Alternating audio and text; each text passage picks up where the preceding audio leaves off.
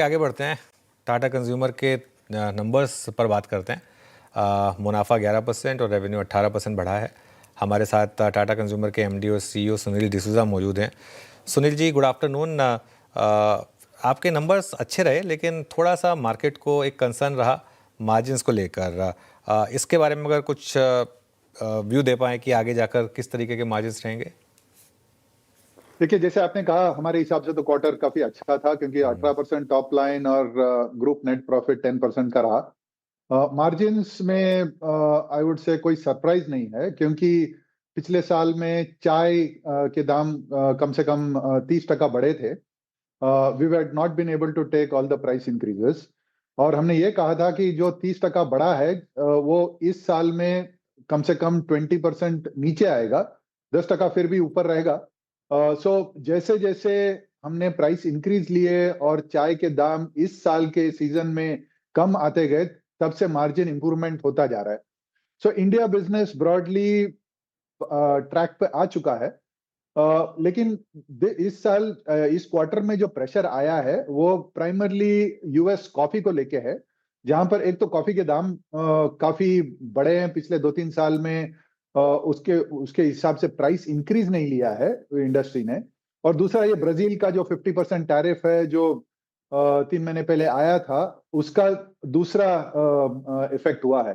तो अगर मैं उसको जोड़ूं, 110 बिप्स रफली उसका इम्पैक्ट था, तो उसको जोड़ूं इसमें, तो वी आर रफली in the 15% EBITDA margin ball park, जो कि हमने बोला है कि by the end of this year we will reach there. So directionally margins are in the right trajectory. Volume growth हर बिजनेस की रही है, and apart from the US coffee, बाकी सबके मार्जिन्स स्ट्रॉन्ग विकेट पर हैं, यहाँ से इंप्रूव होंगे। सुनील जी, एक कंसर्न जो मार्केट को टाटा कंज्यूमर को लेकर अब रही है, हालांकि उसके डिनायल्स हमेशा आते रहे हैं, वो स्टारबक्स बिजनेस को लेकर है। अब जब कल आप देखें, कल चाइना के भी जो अपडेट आए, उसमें भी वो अपना जो मेजॉरिटी स्टेक है वो वहाँ पर बेच रहे हैं। हालांकि वो ब्रांड कंटिन्यू करेगा और वो माइनॉरिटी स्टेक रखेंगे। कहीं ना कहीं एक ये रिस्क है क्या कि स्टारबक्स को चाइना और इंडिया मार्केट में वो प्रॉफिट नहीं मिला जो बाकी मार्केट्स में उनको मिलता है, और इसके लिए कहीं ना कहीं एक रीथिंक है उनकी तरफ से इंडिया मार्केट को लेकर भी। देखिए, इंडिया इंडिया मार्केट जो है, I mean India is primarily a tea drinking country. लोग चाय पीते हैं, coffee is a newer trend I would say. तो हमारे we are playing both for out of home as well as in home consumption. Tata coffee brand है हमारा इन home consumption के लिए, और आउटडोर में हम आउट ऑफ होम में Starbucks is the business. Now Starbucks overall India में क्यूएसआर बिजनेसेस जो हैं, आप कोई भी फास्ट फूड चेन देखो जो लिस्टेड है, पिछले आई वुड से अबाउट 4-5 क्वार्टर से प्रेशर चल रहा है। सेम स्टोर सेल्स ग्रोथ पे प्रेशर है, मार्जिन पे प्रेशर है, टॉप लाइन पे प्रेशर है। लेकिन पिछले क्वार्टर में, that is the recently announced results में, we had positive same store sales growth, 8% top line growth रहा। EBITDA has grown far faster than top line growth.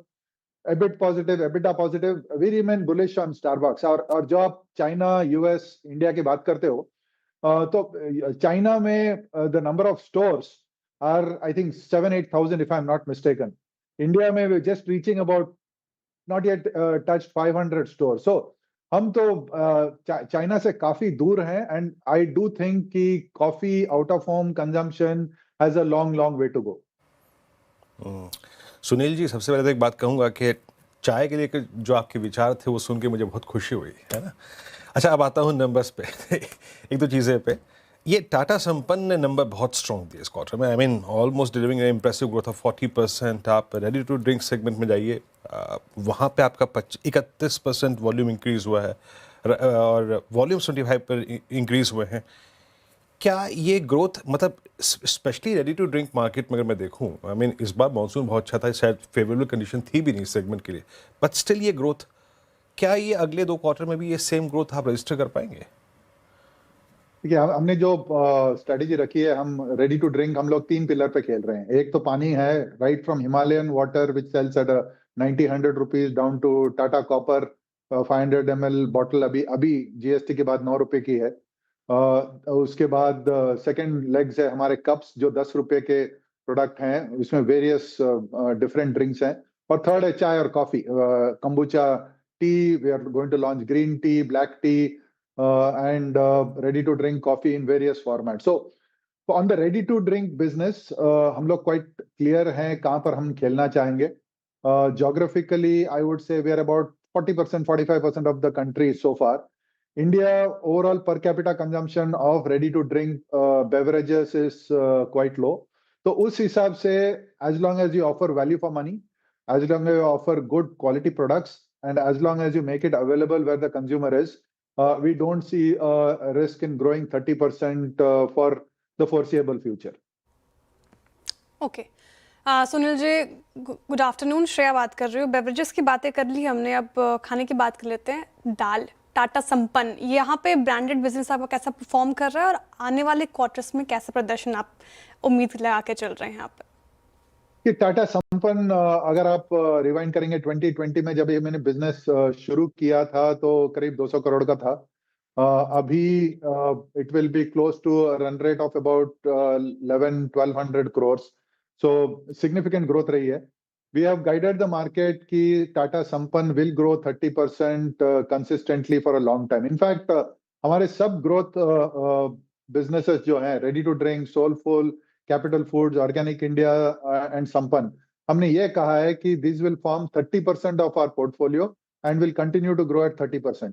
पिछले क्वार्टर में दे वर 32% of the portfolio and grow at 27%. So ballpark numbers we have delivered and we remain confident of delivering आगे जाके भी. बहुत शुक्रिया सुनील जी. अच्छा लगा आपसे बात करके as always. Thanks a lot और ऑल द बेस्ट आपको आगे आने वाले कुछ क्वार्टर्स के लिए.